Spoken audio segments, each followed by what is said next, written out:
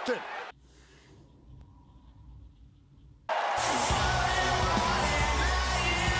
Oh my God. Or an extraordinary. Oh my gosh. Out of nowhere. Randy Orton is united like that. That was incredible.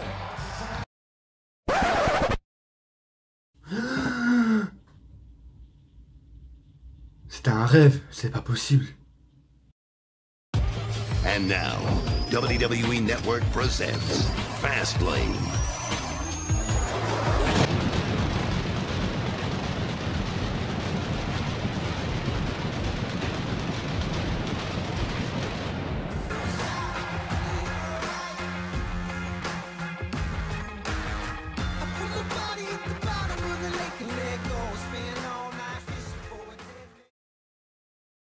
Comment vouliez-vous que je m'y attende?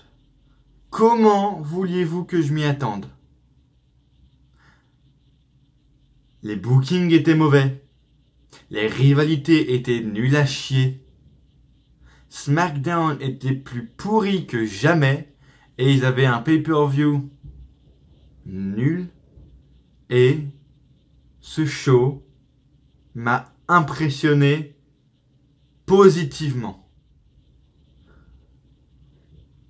Fastlane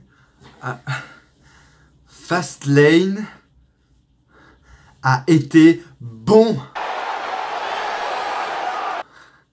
Il a été, j'ai du mal à le dire, mais Fastlane a été bon. Je peux toujours pas y croire, ce show m'a impressionné.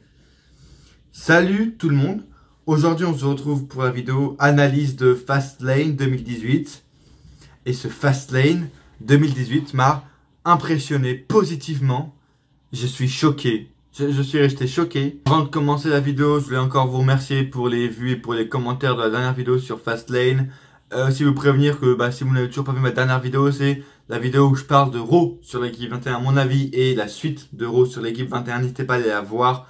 C'est une vidéo assez intéressante. J'essaie de faire du bon montage, donc n'hésitez pas vraiment à aller la voir. Ça me ferait super plaisir à laisser un pouce bleu et laissez évidemment un pouce bleu sur cette vidéo si vous aimez ce que vous voyez. Laissez-moi en commentaire tout de suite maintenant vos avis dans les commentaires de ce que vous avez pensé de ce show. Est-ce que vous avez trouvé ce show bon? Dites-moi tout maintenant dans les commentaires, car je vous rappelle, votre avis m'intéresse. Merci encore une fois pour votre soutien. Je le rappelle parce qu'on me l'a demandé encore, mes réseaux sociaux sont dans la description. Mon Twitter et mon Facebook sont dans la description. Mon Facebook, j'y poste les miniatures des vidéos, des prochaines vidéos exclusivement sur ma page Facebook. Et j'y poste des extraits de vidéos exclusifs quelquefois sur ma page Facebook. Donc n'hésitez pas à aller sur ma page Facebook et à aimer ma page Facebook et me follow sur Twitter, parce que là où c'est là où je mets mes premières réactions sur les shows, et c'est là où je préviens des futures vidéos qui vont sortir. Donc n'hésitez pas à me follow sur mes réseaux sociaux. Twitter et Facebook sont dans la barre d'infos. Je ne sais pas comment réagir, je ne sais pas comment je vais le noter. Je sais pas comment je vais titrer cette vidéo, je sais pas, je ne m'y attendais pas en fait. Quand j'ai commencé à regarder le show, je me suis dit bon, on va passer un bon show de merde, etc.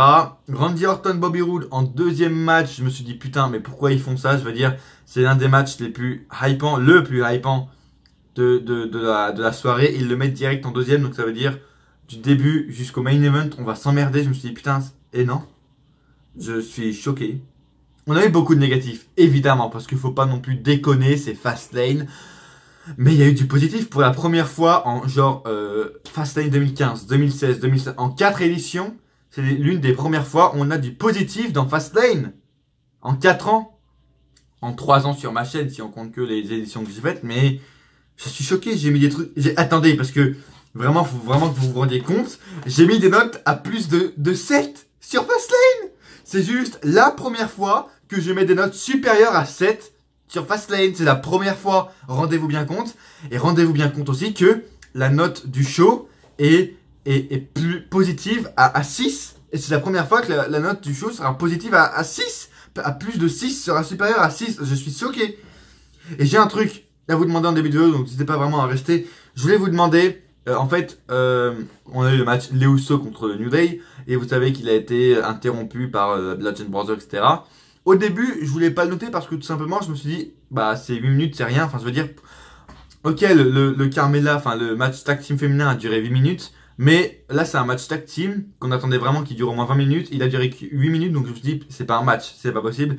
Même si le match très rythmé, qu'on a eu des finishers, pour moi, c'était pas le match parce que pour un Uso New Day, on attend que 20 minutes. Donc pour moi, c'était à peine le début. Donc c'est pour ça que je voulais pas le noter. Et en fin de compte, je me suis dit que quand même 8 minutes, c'est assez long parce qu'il y a un ou deux matchs qui ont duré 8-10 minutes. Donc je me suis dit, si je note pas celui-là, bah je note pas les autres non plus. Donc du coup, je vais vous demander dans les commentaires, est-ce que vous voulez que je note le match Uso contre New Day parce que je l'ai noté. Et donc du coup, la note du show avec les Usos, avec le match des Usos, change pas mal. Donc si vous voulez que je note les Usos et que je les rajoute dans la note finale, dites-moi ça dans les commentaires parce que je vais prendre votre avis en fait. Si vous me dites non, bah je le prendrai pas. Et si vous me dites oui, bah c'est plutôt une bonne nouvelle pour ce show parce que ce show aura une bonne note. On va pas se le cacher si les Usos se rajoutent dans la note. Voilà, donc en tout cas, n'hésitez pas vraiment à me le dire. Je voulais vraiment vous le dire au début. On va tout de suite commencer parce que j'ai beaucoup de choses à dire sur ce show. On a commencé par le Shinsuke Nakamura contre Rusev. Je trouvais pas que c'était une bonne idée. J'aurais plutôt commencé par le match tag team pour équipe par équipe. Mais bon, vu ce qui s'est passé, je comprends. Très étonné parce que ce match était tellement popé. Ok, on a les deux mecs pratiquement les plus populaires de SmackDown, Nakamura et Rusev, qui ont reçu de très grosses pop, évidemment. Donc c'est vraiment ça m'a vraiment fait mis dans le match directement avec les grosses pop qu'on a pour Rusev et pour Nakamura pendant les premières minutes du match. Mais ce match était un U. Je m'explique. Il était un U parce que au début, c'était hyper bien, etc. Vraiment, c'était hyper hypant, la foule était à fond, etc. Et au bout de 3 minutes, 4 minutes, du creux. Rien. Sur le ring, il se passe rien. Le public est décédé. Et vers la fin du match, là, le rythme recommence à devenir assez rythmé, j'ai envie de dire. Et le public commence à se réveiller, donc ça remonte. Donc, ce match était un U. Et je crois que j'ai trouvé une nouvelle définition pour des matchs que j'aime mais pas trop. C'est vraiment un U. Ce match était un U. Et il y en a vraiment plusieurs comme ça dans les shows. Que ce soit Fastlane ou dans les shows, pratiquement tous les shows. Il y a beaucoup de shows qui sont en U, c'est-à-dire le début hypant et c'est un creux tout le long et ensuite ça revient à la fin avec une pop. Et ce show était en U et c'était pas si désagréable en fait. Je me suis pas tant emmerdé parce que même si dans le creux du U, donc quand c'est vraiment il se passait rien, c'était un peu ennuyeux, mais je me suis pas emmerdé parce que il y avait quand même quelques pop des fois pour Rusev ou pour Nakamura. Et puis voilà, c'est quand même Rusev et Nakamura, donc c'est quand même divertissant sur le ring. Donc voilà, grosse pop et grosse ambiance dès le début du show. Je savais pas que ce match allait mettre autant d'ambiance et allait vraiment autant nous mettre dans le bain pour le show. Mais vraiment, ça m'a étonné. Mais c'est vraiment très bien. Ils leur ont donné du temps, c'est très bien. Je crois que le match a duré une bonne quinzaine de minutes. Et c'est très bien pour un opener et c'est très bien pour Rusev et Nakamura qu'ils leur donnent autant de temps. Il y a eu des beaux gestes, des beaux spots comme le super kick de Rusev intersidéral. Le mec a défoncé la tête de Nakamura. On a eu 2 Kinshasa à la fin, donc un dans la nuque et un dans la face de Rusev. Nakamura décroche la victoire sans étonnement, on s'y attendait tous, évidemment. Et j'ai marqué à la fin, j'ai plutôt bien aimé ce match en espérant que ce soit pas le meilleur de la soirée. Dieu merci, et étonnamment, ce n'est pas le meilleur de la soirée, alors que je l'ai trouvé très bon. Et j'ai noté ce match à 8,25 sur 10. Deuxième match, je vous le dis direct, c'est le meilleur match de la soirée. Bobby Roode contre Randy Orton. Je sais que ce match a beaucoup... les avis sont assez divergents sur ce match. J'ai regardé beaucoup de vidéos analyses, que ce soit de Vico, de French Wrestling Beast, de Jordan, The Brotherhead. Vraiment, allez voir la chaîne de The Brotherhead parce qu'en ce moment, il a vraiment du mal au niveau des vues. Et vraiment, allez le voir parce que c'est vraiment un très bon YouTuber, un des plus anciens. Il fait vraiment du très bon boulot niveau montage, il fait vraiment de bons commentaires. Donc, si vous ne connaissez pas, allez voir la chaîne The Brotherhead parce qu'il fait vraiment de très bonnes vidéos. Encore une fois, il faut le soutenir parce qu'en ce moment, voilà, on sait que les vues, c'est pas tellement bon. Enfin, il est dans une période creuse actuellement, donc n'hésitez pas à aller le voir. Et par exemple, Jordan, ce match, il a trouvé vraiment pas très bon. Et il y a beaucoup de gens comme ça sur Twitter ou quoi qui ont vraiment trouvé ce match dégueulasse, vraiment ennuyeux et sans rythme. Et il y a des gens comme moi qui ont trouvé ce match exceptionnel. Ok, il était assez lent parfois, mais encore une fois, c'est pas que le in-ring qui compte pour moi, on n'est pas la New Japan. Ici, c'est du Sport Entertainment. La ROH, la New Japan, c'est du Pro Wrestling. Ici, c'est du Sport Entertainment. Donc, ce qu'on cherche, c'est pas que du ring, mais c'est du divertissement. Et là, ce match était très psychologique. Là, les gens disaient que Orton, etc., était fat ces derniers mois. Là, on a retrouvé le Orton assez psychologique, assez heel. Bobby Roode et Orton ont vraiment une des façons, des tendances de heal dans le match. On les voyait vraiment hésitants, de très très bonnes expressions faciales aussi. C'est pour ça que j'ai kiffé ce match parce que les deux avaient de très bonnes expressions faciales. Ils étaient hésitants, des fois ils demandaient vraiment l'appui du public pour vraiment résister. Ils savaient pas comment battre. On sentait que les deux voulaient vraiment combattre jusqu'à la fin. Ils voulaient vraiment la victoire, ils voulaient vraiment le titre. Et on sentait que les deux étaient prêts à aller jusqu'à la mort pour cette victoire. Ils tenaient vraiment à cette victoire. Et puis tout simplement on sentait Orton plus impliqué dans ce qu'il faisait. Parce qu'on sait que ces derniers mois Orton s'en battait les couilles de son booking. Il faisait en mode bas les couilles, etc. Et là on sentait vraiment dans ce match plus impliqué que les autres fois. Très très bon acting des deux. Comme je vous l'ai dit, au niveau des expressions faciales, ils étaient vraiment hésitants parfois, etc. Le finish a mis très très longtemps à venir, vraiment, et on sentait en fait que dès qu'il y en a un qui allait faire une erreur, ça allait être fatidique, parce que voilà, il y avait plusieurs DDT de Bobby Roode tentés, plusieurs RKO, et c'était vraiment assez, c'est toujours raté, et on sentait vraiment que si l'un plus concentré sur ce match, ça allait le faire perdre ce match tout simplement. Le rythme aussi était bon quand même si c'était un rythme lent avec l'expression faciale, etc. C'est le rythme qu'il fallait. Vraiment magnifique match. Vous savez quoi, je me demande même si c'est pas le meilleur match de Fastlane de l'année, enfin de ce show et de toutes les éditions entières. Je me demande vraiment, je pense que ce match, pour moi, niveau psychologie, niveau in-ring et divertissement, je pense que ce match entre dans mon top 3 des meilleurs matchs de Fastlane, toute édition confondue, vraiment. Randy Orton étonnamment gagne ce putain de match. Vous savez pas comment j'ai popé. Vraiment, j'ai popé comme j'ai jamais popé à Fastlane. Vraiment, j'étais hyper content pour lui. J'y croyais pas, je me suis dit c'est pas possible. Au pire, il lui donne le titre, mais il lui donne le titre à WrestleMania. Donc vraiment, comme je l'avais dit dans mes pronostics, je voyais pas Orton gagner. Je voyais vraiment Roode conserver et qu'ensuite Orton prenne le titre minimum à Mania. Et puis même, je voyais pas leur donner à Orton un titre tout de suite. Mais voilà, ils ont donné le titre à Orton. Maintenant, il est Grand Slam Champion, c'est-à-dire qu'il a gagné au moins tous les titres mondiaux au moins une fois à la WWE. C'est le seul titre qui lui manquait. Champion US, Orton, il a tellement de la gueule avec ce titre, putain. Orton est tellement stylé avec ce titre, les gens. Mais vous savez pas comment j'ai popé, j'ai vraiment crié chez moi dans ma chambre quand j'ai vu Orton champion avec le titre. Vraiment bravo. Et bravo à la WWE parce que c'est exactement ce qu'il fallait faire.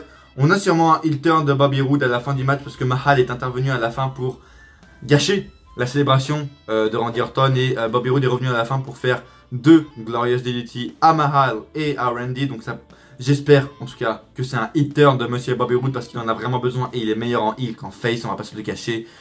Orton est devenu un peu plus psychologique dans ce match, j'espère qu'il va rester jusqu'à la fin tout simplement. Et voilà, très content que Orton gagne ce titre, il le fallait. Il le méritait, il en avait besoin et je suis très très content. Mais Orton, putain, est tellement stylé. Orton redevient l'affiche de SmackDown Live. Et vraiment, j'ai tellement popé. J'ai vraiment kiffé ce match. Encore une fois, très bon acting, très bon selling des deux lutteurs. J'ai mis musique du Hall of Fame, s'il vous plaît. Meilleur match, je crois que... Non, même le main event a une bonne note. Musique du Hall of Fame, s'il vous plaît, merci. Ce match a reçu la meilleure note, je pense, que j'ai mis à Fastlane depuis qu'il existe. Ce match récolte la note de 9,75 sur 10. Vous ne rêvez pas, c'est le meilleur match pour moi de toutes éditions confondues de Fastlane. 9,75 sur 10 et c'est complètement mérité. Bravo aux deux lutteurs, bravo à la VE. C'était un magnifique match. On descend directement après. Voilà, ce show aussi était en U. Hein. Le début était très très bien et on redescend ensuite avec Naomi et Becky Lynch contre Natalya et Carmella. Juste, je voulais revenir sur un point. Putain, les commentaires québécois, mais c'est tellement ridicule. Oh, je sais plus ce que c'était, mais si je vous y retrouve, franchement, je vous y mettrai. Mais Raymond Rougeau et Jean Brassard, je les aime bien, mais putain, mais c'est ridicule quand ils parlent, mais... Sur la route de WrestleMania et ce soir, le défi 6-pack. AJ Styles conservera-t-il son titre dans ce combat où tout peut arriver? Bref, c'est pas le sujet. Juste, je voulais revenir sur un petit point. La tenue de Becky Lynch, j'ai beaucoup aimé comme la tenue de Carmella, franchement. Dédicace à Vico si tu regardes cette vidéo. Je pense qu'il a assez popé sur la tenue de Mella, comme il aime l'appeler, ma Mella. Voilà. Match féminin qui passe, étonnamment. Il m'a pas déçu. Les deux, les heels, pardon, ont dominé. plutôt bonne prestation des 4 lutteuses, même si le public était un peu mort, c'est normal parce que c'est vraiment une rivalité, enfin un match bouche-trou. C'est même pas une rivalité de transition, c'est un match vraiment bouche-trou. Donc du coup, les Heels ont gagné, je m'y attendais vraiment pas. Voilà, ils tentent de recrédibiliser Carmella avant WrestleMania. Voilà, ils disent, ah oui, c'est vrai, on n'a pas donné une victoire à la Miss Money in the Bank depuis 4 mois, pardon. Donc on va donner une victoire ce soir avant Mania, c'est vrai qu'on va la recrédibiliser en une seule victoire. Enfin, c'est bien pour elle, mais pour moi, tu vas pas la recrédibiliser alors que ça fait juste 3 mois et demi qu'elle a perdu contre tout le roster de SmackDown. Bref, c'est une autre histoire. Trop court, évidemment, publiquement, mais c'est normal, trop court parce que c'était un match complètement bouche-trou. La seule qui a eu une grosse pop, c'est vraiment Becky Lynch, qui est vraiment... Les gens sont vraiment derrière Becky Lynch, c'est vraiment ce que j'ai remarqué à chaque fois, que ce soit en équipe ou en solo, tout le monde est vraiment derrière Becky Lynch, et Becky Lynch est vraiment la babyface de SmackDown Live au niveau du roster féminin. C'est vraiment la grosse babyface. J'ai mis... 5,25, je suis gentil, vraiment un peu plus que la moyenne, 5,25. Quelques botches par-ci par-là, mais sinon vraiment c'était un match passable étonnamment. New Day Uso, on passe au match qui fâche réellement. Ce match n'était pas le show stealer pour être vraiment, pour analyser le match en lui-même. Ce match n'était pas le show stealer du match comme il était prévu d'être, c'était le finish stealer complètement. Les Usos qui font le le Midnight Hour, donc le finisher du New Day sur Kofi Kingston. On a Kofi Kingston qui fait le Uso Splash. Les New Day qui font les Super Kick Party sur les Usos alors que c'est les prises des Usos, etc. Enfin bref, c'était vraiment le finish, le match où on voyait tous les finishes. Vraiment, c'était assez marrant, mais le match était rythmé. Il était très court, évidemment. Si on peut appeler ça un match, mais il était vraiment très rythmé, il n'y a pas eu une seule seconde de répit, les deux équipes se connaissaient et on voyait vraiment qu'ils voulaient vraiment donner un bon match au public, qui m'énerve vraiment que le match est vraiment trop court. Et pour moi, on va encore une fois, comme je vous l'ai dit au début de la vidéo, j'ai hésité à le noter parce que pour moi, en fait, c'était que le début. En fait, pour un match Uso New Day, j'attends au moins 20 minutes, et là pour moi, c'est comme si la cloche venait à peine de sonner et les Bludgeon Brothers sont déjà arrivés. C'est pour ça que je ne voulais pas tout de suite noter parce que pour moi c'est vraiment trop court pour les Uso New Day, mais je pense que je vais quand même y noter. Dites-moi encore dans les commentaires si vous voulez que j'ai une note ou pas. Mais ouais, c'était vraiment un match très rythmé. Les 2B, comme on les appelle, les Bludgeon Brothers, interviennent en plein milieu du match après un saut suicide, un tombé suicida des Usos sur le New Day. Voilà, ils passent à tabac les deux équipes, ils les détruisent complètement. Évidemment, in kayfabe, j'espère. Xavier Woods est blessé parce qu'il Xavier Woods c'est vraiment le mec qui s'est le plus pris. Il s'est vraiment pris des coups de super kick, un powerbomb sur l'escalier, en plein sur la nuque. Enfin bref, il s'est fait exploser. J'espère vraiment que c'est in kayfabe qu'il est blessé. J'espère vraiment pour lui. En tout cas, j'aurais bien aimé que les 2B, enfin que les Bludgeon Brothers interviennent, mais j'aurais bien aimé qu'ils interviennent après le match. Parce que en fait le truc con c'est que pour beaucoup de gens, déjà c'est difficile d'être hypé par Fastlane, et pour beaucoup de gens c'était le seul match qui hypait les gens, pas pour moi mais pour beaucoup de gens, et donc tu te dis que le match est pratiquement il est pratiquement pas, en fait il y a pratiquement pas de match alors que c'est le seul match que les gens dont les gens étaient hypés. C'est un peu con quoi. Donc voilà, pour la note j'ai mis 8,25 sur 10. Les Bludgeon Brothers, vraiment je suis content qu'ils en reviennent. Encore une fois là ça nous écrit pratiquement le match.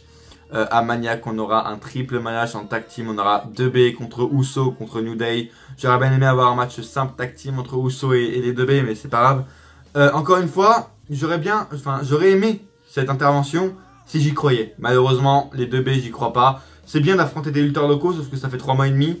Ils font que des squash, mais ils font rien de plus, quoi. Pour moi, ils sont vraiment pas plus crédibles que d'autres équipes. Et bon... je suis vraiment, et même moi ça me déçoit de pas y croire, mais j'y crois pas en fait parce que en fait ils sont rien en fait. Les Bludgeon Brothers, non, enfin pour moi ils ont rien fait à part battre des jobbers, et vraiment ils m'intéressent pas aussi. C'est vraiment les gimmicks que j'aime et pourtant ça m'intéresse pas parce que c'est mal booké. Donc pour moi c'était plus ridicule qu'autre chose leur intervention, mais voilà. La note finale comme je vous l'ai dit c'est 8,25 sur 10. On passe à mon dernier match, le match féminin que j'attendais le moins et qui m'a le plus déçu. 14 minutes. Très longue, vraiment. Charlotte défendait son titre contre Ruby Riott. Voilà, rien à dire sur le match. À un moment, évidemment, il y a toute la clique qui est arrivée. D'un côté, Sarah Logan et Liv Morgan, de l'autre, Becky Lynch et Naomi. Voilà. Le plus important, c'est la fin, évidemment. J'ai vraiment rien à dire du match. C'était un match pas plus intéressant que ça. La fin, Charlotte gagne avec un figure 8 lock sur Ruby Riott. Je m'y attendais. Ouais, c'était vraiment un match très long. Et heureusement, à la fin, que Asuka vient réveiller le public. Parce qu'on va pas se cacher, le public était mort durant tout le match. Asuka a choisi Charlotte Flair à Mania. Mon sourire vous dit un peu ce que je pense. Je suis très très content. C'est vraiment le dream match féminin qu'on attendait. Et le dream match féminin que j'attendais personnellement. Je voulais voir ce match depuis des années, réellement. Depuis que je regarde NXT et que j'ai connu Asuka, je voulais voir ce match. Parce que pour moi, c'est les deux femmes les plus crédibles actuellement à la WWE, que ce soit NXT, Raw ou SmackDown, tout confondu, avec Ronda Rousey évidemment, mais c'est pour moi Asuka et Ronda Rousey, les deux seules qui sont crédibles à la WWE. Enfin, vraiment, c'est pour moi les deux, c'est les deux femmes dans le roster qui sont au-dessus complètement des autres. Elles sont au-dessus, donc faire un match entre les deux, je suis vraiment très très hypé. J'ai vraiment très très hâte de voir ce match à WrestleMania. Et encore une fois, est-ce que Charlotte pètera la streak d'Asuka? Est-ce que Charlotte battra Asuka à WrestleMania? Je vous dirai ça dans les pronostics de WrestleMania évidemment, qui sortiront dans la semaine de WrestleMania. Encore une fois, je sais pas vous dire ça maintenant quand même. Encore une fois, ce qui me choque, c'est qu'il y a des gens qui ont aimé ce match. Je sais pas comment t'as pu aimer ce match, le public était mort. On a eu des bots de Ruby sur des bots, sur des bots, sur des bots. Ruby Riott, je kiffais cette femme à NXT, mais à SmackDown, elle ne vaut plus rien, elle est mal bookée et puis elle botche toutes les 30 secondes. Sérieusement, Ruby Riott, elle botche mais tout le temps. Enfin, je sais pas comment tu peux aimer un match qui est rempli de botch. Enfin, je sais pas, je prends l'exemple de Jordan, encore une fois, Brother Red. Si tu passes par là, je te fais une dédicace, qui a kiffé ce match. Mais non, il était rempli de botch, c'est pas possible, il était nul. C'était lent, enfin bref. Dégueulasse, j'ai mis 3,75, je vais pas y rester plus longtemps. Et en tout cas, on va passer maintenant au main event. Le Six-Pack Challenge match pour le titre de la WWE. Encore une fois, je vais pas vous dire tous les participants, ils seront normalement ici, je crois, parce que vu que la caméra est inversée, normalement c'est ici. Musique du Hall of Fame, s'il vous plaît, encore une fois. Oui, deuxième fois que je mets la musique du Hall of Fame. Cette fois, ladies and gentlemen, le main event de Fastlane 2018, c'est un exploit. Il a duré plus longtemps que le main event de Fastlane 2017. C'est un exploit, bravo. Je pense, applaudissez chez vous. Bravo. Le main event de Fastlane 2018 est plus long que celui de l'année dernière. Bravo à la WWE, bravo aux participants. C'est un exploit extrêmement difficile à réaliser. Vraiment bravo à eux. Non, vraiment sans déconner. C'était un très bon match très rythmé, très complet. Dans le sens où tous les participants ont eu leur spot, ont eu leur moment de gloire. Et vous savez que pour moi c'est important que dans un match comme ça, un 5-way, un 6-pack challenge, un 8-man, un battle royale, je trouve vraiment que c'est très important que toutes les superstars aient leur moment de gloire. Et toutes les superstars ont eu leur moment de gloire et ils ont tous un peu dominé. Au début on a Cena qui devient Super Cena en foutant un AA à tout le monde sauf à AJ. Voilà, c'est très bien parce que ça dynamique direct le match pour le début, ça le dynamise direct, ça nous fait direct entrer dans le match. Et évidemment, Cena quelques minutes plus tard qui se fait passer à tabac par tous les superstars du match. Et cette fois, Cena n'était pas Super Cena. Quand il s'est fait passer à tabac, Cena était une grosse victime. On va pas se le cacher. Voilà. Bref, le timing était parfait pour tous les angles, pour tous les spots qu'on a eu, que ce soit avec Shane McMahon, avec AJ qui passe à travers une table, avec etc. Tous les spots étaient timés parfaitement. Vraiment, c'était vraiment un très très bon show. Le match a duré, je crois, plus de 20 minutes, 20 grosses bonnes minutes. On va parler, une table pétée, c'est très bien. Et maintenant, on va revenir au sujet qui fâche, les amis. Shane McMahon. Mais j'en peux plus. Pour une fois, je me suis dit peut-être qu'il va pas intervenir, peut-être que on sait jamais, peut-être que oui, cette fois il va rien faire. Moi j'avais des rumeurs, on avait vu des rumeurs comme quoi peut-être que Shane McMahon allait affronter Ziggler à Mania, donc je me suis dit peut-être que cette fois il va laisser Owens et Zayn tranquilles, peut-être que cette fois il va s'attaquer à Ziggler, mais non, toujours.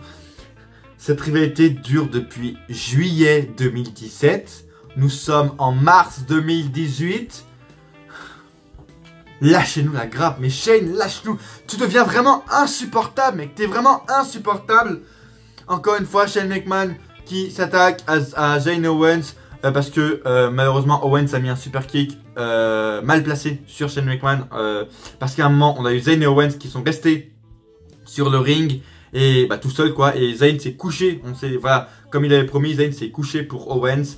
Moi, croyais vraiment que Owens allait faire le tomber et qu'ensuite Zayn allait se dégager parce qu'il faut pas déconner, mais non. Owens l'a ressoulevé, je sais pas pourquoi, pour aucune raison valable, il l'a ressoulevé, peut-être qu'il y croyait pas, enfin je sais pas, bref. Et donc ensuite ils sont allés à l'extérieur pour se fight enfin. Et Owens a voulu mettre un super kick à Zayn. Zayn l'a esquivé et c'est Shane O'Mac qui l'a pris. Donc du coup à la fin, Owens et Zayn ont une grosse partie du match. Et à la fin, Owens fait le tomber sur Zayn parce qu'il l'a détruit, etc. Il aurait pu gagner le match, il aurait pu. Et malheureusement, Shane McMahon intervient pour pousser l'arbitre à l'extérieur pour pas qu'il fasse le tomber. Il fait la même chose avec Zayn à la fin, qui font un hell of a kick à Owens et qui ensuite Shane tire Zayn à l'extérieur pour contrer le tomber. Je suis vraiment vénère parce que putain, ils auraient pu gagner le titre. Déjà, je voulais vraiment voir Owens champion de WWE. Et puis putain, mec, mais vraiment les gars, Vince, mais punis ton fils, mec. C'est un commissionnaire, il devrait donner les règles. Et le mec est un putain de heel. Ça fait des mois que le mec empêche des gens de devenir champion. Ça fait des mois que le mec empêche des gens de gagner des matchs. Je sais pas pourquoi Vince n'intervient pas. Et je sais pas pourquoi Vince ne suspend pas son fils. Il fait des choix de merde. Il empêche des gens de devenir champion, de gagner. Enfin, je sais pas, il fait de la merde. Et vraiment, Shane devient insupportable. Ça m'a vraiment énervé quand j'ai vu que Shane a empêché Owens et Zayn de faire le tomber. Ça m'a vraiment énervé parce que déjà de une, je voulais voir Owens champion. Et de deux, putain, mais mec, oh, ça date de juillet, t'arrives à été. Arrête maintenant, c'est fini, c'est bon, arrête. Je pense que maintenant, on nous a teasé un petit match en triple menace entre Zayn, Owens et Shane. Owens et Zayn méritent tellement mieux à WrestleMania, mec. En fait, je pense que cette année, Owens et Zayn, soit ils ont un match contre Shane McMahon, soit ils finissent dans un Battle Royale dans le géant. Bon, malheureusement, je sais pas lequel est le meilleur choix, sérieusement. Enfin bref, ça me hype plus du tout. Enfin maintenant, je veux dire, c'est bon, c'est du passé. Owens et Shane, faut arrêter. Ça fait maintenant 15 ans que c'est passé la rivalité, faut arrêter. AJ conserve le titre à la fin sur un pin de Owens. Je suis dégoûté je suis un peu déçu qu'il ait fait un pin, qu'il ait fait le tomber final sur Owens. Je pense plus qu'il aurait pu le faire sur genre Zayn ou Ziggler. Qui a accepté de se coucher face à tout le monde avec un gros chèque, évidemment, on le sait. J'ai mis quand même 9,4, très très bonne note, 9,4 sur 10 pour ce show. Mais voilà, encore une fois, Shane est le gros point noir de ce show. Même pas de ce match, est le gros point noir de ce show parce que j'en ai vraiment marre. Et s'il vous plaît, pourvu que Vince suspende son fils parce que le mec fait vraiment des choix de merde. Bref, on va passer au point négatif et positif. Point positif, c'est que vraiment le match pour le titre US était très très bon et c'est le seul changement de titre d'ailleurs du show. Et le gros point noir, c'est Shane McMahon et les Women's, parce que les Women's ont fait deux matchs catastrophiques, on va pas se le cacher. Même si le match Bouche-Trou Tag Team féminin était passable, c'était quand même catastrophique parce qu'il n'y a pas de rivalité, il n'y a rien. Le match en plus a duré à peine 8 minutes, donc on verrait vraiment en plus autant des Women's comme elles avaient avant. Bref, vraiment, j'essaie un peu de me... Bref. Donc voilà, deux gros points négatifs, c'est vraiment Shane McMahon et les Women's qui étaient catastrophiques au niveau des matchs et du temps qu'on leur a accordé ce soir-là. À part Asuka qui a vraiment sauvé les meubles, tout simplement. Donc voilà, le point positif, c'est vraiment Randy Orton et Bobby Roode qui m'a vraiment fait popper comme jamais. Orton champion, je suis très content. Et le Six Pack Challenge quand même qui était très bon. Au niveau de la note, encore une fois, je vais vous le dire. Mais mettez-moi dans les commentaires si vous voulez ou pas que je note le match des Usos parce que le pay-per-view récolte la note. Encore une fois, musique du Hall of Fame, s'il vous plaît. Exceptionnel ce show. Troisième fois que je mets la musique du Hall of Fame dans cette vidéo. Mais ce show a été impressionnant. Réellement, sans le match des Usos, le pay-per-view récolte la note de 7,28 sur 10. Et avec le match des Usos, le pay-per-view reçoit 7,5. Mais vraiment déjà c'est énorme que Fastlane ait plus de 7. C'est la première fois que Fastlane a plus de 7. Je suis vraiment extrêmement choqué que Fastlane... Quand j'ai fait la note finale, etc., que j'ai calculé tous les shows et que j'ai vu qu'il avait 7, plus de 7, j'étais vraiment choqué. Je m'en remets vraiment toujours pas que Fastlane ait été... Et ça fait mal à dire, mais Fastlane a été bon, oui les amis.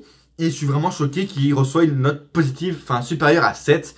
Donc encore une fois, dites-moi dans les commentaires ce que vous avez pensé de ce show. Est-ce que vous voulez que je note le match des Usos ou pas? Laissez un pouce bleu si vous avez aimé ce que vous avez vu. Est-ce que pour vous ce Fastlane était bon? Est-ce que c'était le meilleur de toutes les éditions? Je pense pour moi personnellement que c'était l'un des meilleurs de toutes les éditions confondues. Merci de m'avoir suivi, abonnez-vous et activez la cloche, c'est très important pour recevoir les notifications de mes prochaines vidéos. Ma page Facebook et mon compte Twitter seront en description, encore une fois. Laissez un pouce bleu, c'est très important. Dans les commentaires ce que vous avez pensé du show. Moi je suis très choqué. Quand j'ai fini le show, j'étais en mode waouh, j'étais vraiment bouche bée quoi. Je me suis dit putain, Fastlane m'a impressionné positivement. Enfin bref, merci de m'avoir suivi. Et à coup sûr, on se retrouve dans une prochaine vidéo. Ou pas.